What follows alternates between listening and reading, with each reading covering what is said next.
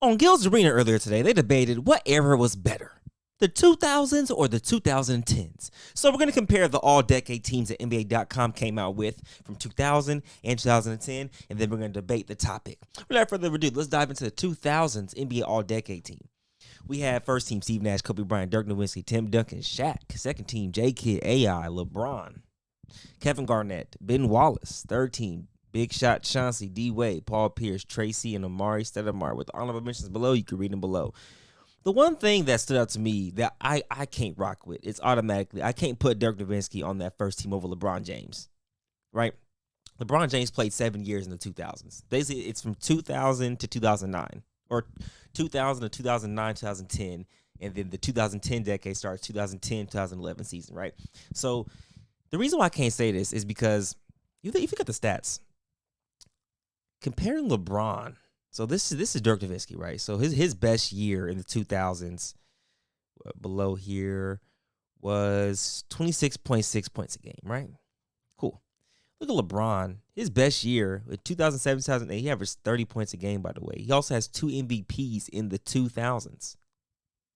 Going in 2010, I guess you had to cut this out because it ended at 10. But even so, you have an MVP. To Dirk Nowitzki, he had an MVP also in 2000s as well. But we're counting these 2 MVPs because it pretty much the 2009-2010 season. 30 points a game, 28, 30. 27, 31. Oh, my gosh. And we're saying Dirk had there's no way. They have the same amount of, I believe, all NBA teams. 1, 2, 3, 4 to Dirk's. 1, 2, 3, 4. Yeah. But yeah, no. There's just no way I can say that I'm putting Dirk Nowitzki on an all-decade team over LeBron James on the first team. I'll put Dirk on the second team. That's just my personal preference, though. Everything else pretty much looks pretty good to me. Yeah, everything's pretty good to me. On the bench, you have Carmelo Anthony there, which I don't know who you would put Carmelo Anthony over on anybody of this list. Maybe you can argue. You really can't even argue over T-Mac or Paul Pierce, though. You really can't argue that. Damn. You could argue. No, you can't really argue Dwight Howard. Dwight Howard's more for the 2010s.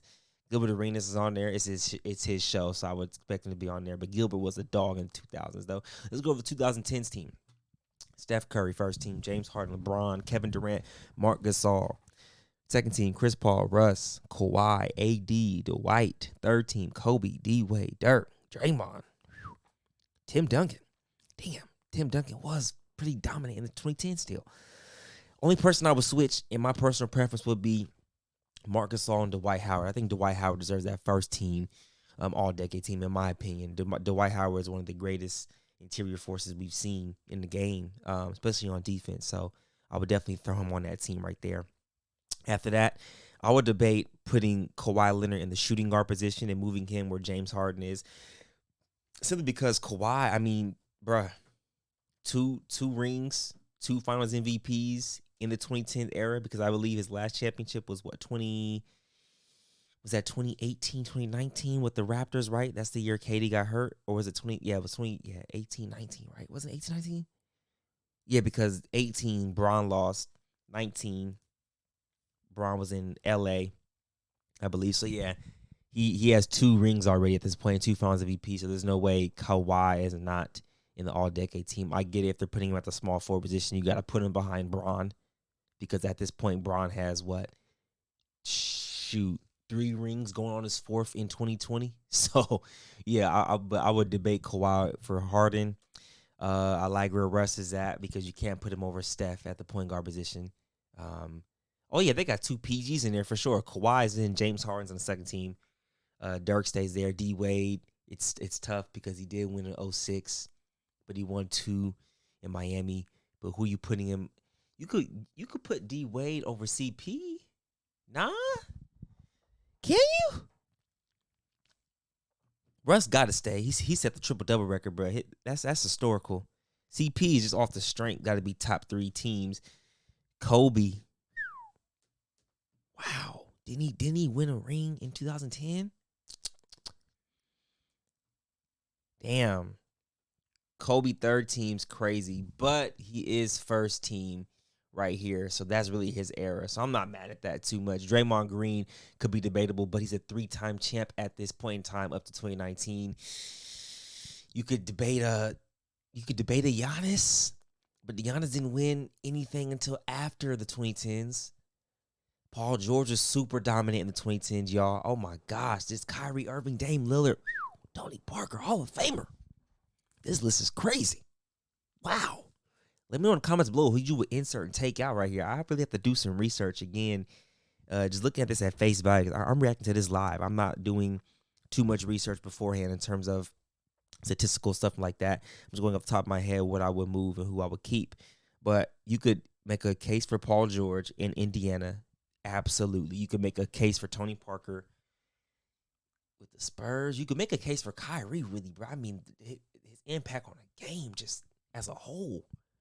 People watching him, everybody want to be like Kyrie, bro. You know what I'm saying? So now we're debating which era was better. I remember Rashad McCants was saying on the show the 2000s were dog wash, the 2010 squad or whatever. I'm looking at this squad, right? Let's just go first team. Steve, Kobe, Dirk, Tim, Shaq. Okay? You have 3 shooters, a good mid-range, can't shoot. Shooter. You can shoot the 3 blocks, so he can extend the game. I mean, he can extend the paint. So, I mean, he could bring his guy out because he can actually shoot the 3-ball pretty solidly. So, you have a group full of shooters. Bron, KD, James, and Steph. Steve Nash, respectfully, 2-time MVP. I'm sorry. The 2010s team is in 6. 2010 and 6, bro. I'm sorry. And don't let me add Kobe to this. You know what I'm saying? And we're putting Kawhi in place of James Harden, in my opinion. But then you also have to put Dirk in place of bro. Oh wait, damn! If you remove Dirk and put Bron there, this is a good debate right here, man. Sorry for my bacon collar neck. Just got back from the gym. Now, what was a better era? In my opinion, it's two different conversations because the 2000s was more so primarily in the paint. They weren't shooting as many threes. The 2010s, they started shooting more and more threes, which is why James Harden, Steph Curry, people of that nature started to succeed even more because the 3-ball really changed the dynamic of the game. What I would prefer, honestly, is the 2010s just because of the way people score. It's just the most skilled era we've ever been in. The 2000s might be the most physical per se because of the hand check rule. But if we're talking just watching eye test, I'd rather watch any 2010 game up rather than a 2000 game. I would love to watch a 2000s All-Star game, though, because they were competing. I would love to watch a 2000s playoff game because they were absolutely competing and physical. But the playoff series is in today's era is also just as good. So, I don't know. It just depends on your personal preference. My personal preference is skill over the tenacity the 2000s brought, I guess. But, I mean, like, I just love watching the Kyrie Irvings. I just love watching the Stephs, the James, the KDs, the you feel me, the CPs, like the Cobes of this generation, the Paul Georges, you know what I mean? Like it's just yeah, there's the Dames. I just prefer the higher the skill rather than just the OG physicality grit era. You know what I mean? Like, yeah, this era is by far the most skilled era we've ever been in or ever seen or ever witnessed. And if you don't agree with that, and I don't know what to tell you, you don't watch basketball. But let me know in the comments below what you guys think what I'm saying here, if you agree or disagree, and why. Moving on. There's this tweet by Ball Don't Stop basically saying pure bucket getters versus dominant scorers. Let's read it out loud. A dominant scorer is physically imposing, and their arsenal is built around their athletic prowess, speed, power, strength, and explosiveness allow them to feast on defenses. They were consistent with only a few moves that no one could stop. They did most of their damage in the paint. That stat line they put up were incredible. Pure scorers, natural skill for the game. You could wake them up out of bed, take them on the court, and give you 50. Their game was built primarily around their shot making for the perimeter, footwork, their ball handling ability, and creativity. These guys are so skilled they can torch an entire defense without even having to step foot in the paint. The variety is beautiful to watch. All right, let's go over the list. Pure bucket getters. Melo, yes. Iverson. I argue Iverson was a pure and a dominant in a way. I think his speed and athleticism in terms of it, the way he got to the basket, like young AI was explosive, so you could argue for both. Jordan, you could actually argue Jordan for both as well because of his athleticism.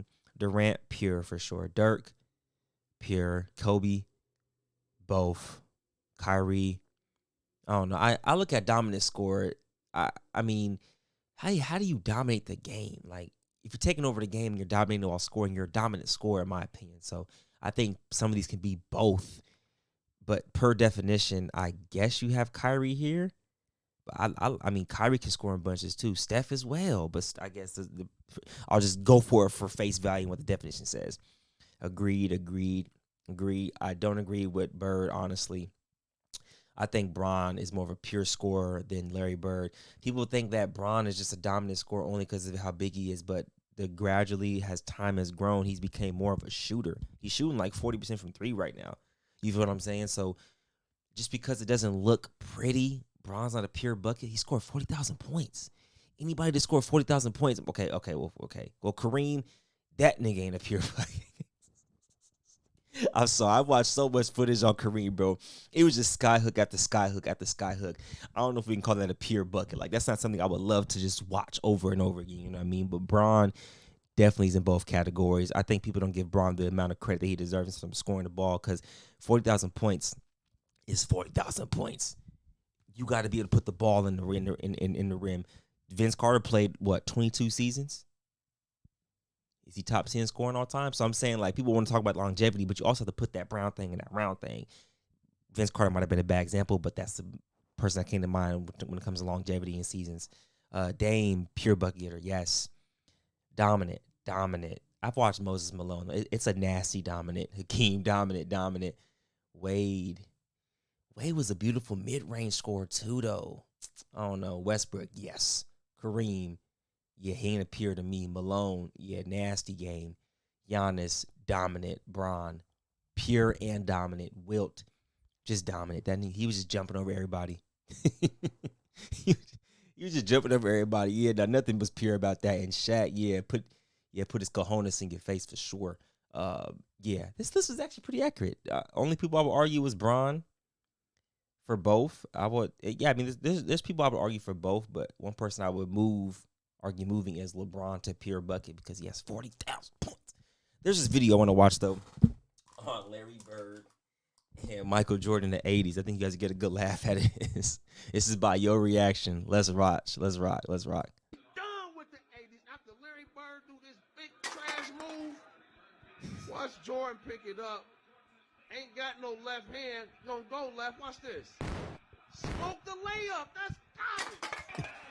Hey, the more footage. Hold on, I got my dang thing tangled up. The more footage I watched on the 80s, though, especially on Jordan in the 90s, he really didn't have a left hand crazy like that, though. Although this highlights it. He's still phenomenal, but it's just hilarious. Right-handed man, he won't use his left for nothing. It look even worse in slow-mo. Look, he just won't use your left, Mike, right there. Why won't this man use his left hand? Watch Larry Bird try to get his game off. Watch this. Garbage.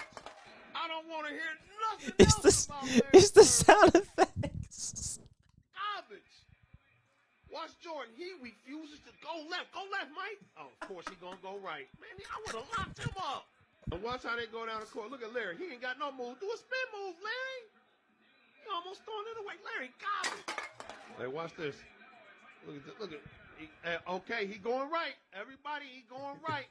He's going right. Look, it's garbage. I'm gonna show y'all some clear-cut evidence of how the lead was rigged. It's gonna go off of Mike. Watch this. Good D, Dennis Johnson. Boom. It go right off Jordan. It's still they ball. They cheating this garbage. Hey, that's classic, bro. That's funny. That's actually something I could laugh at. That's hilarious, bro. I'm not saying I agree, disagree with all of it, but that's freaking hilarious, bro. You gotta watch is Yo2O's reaction on TikTok.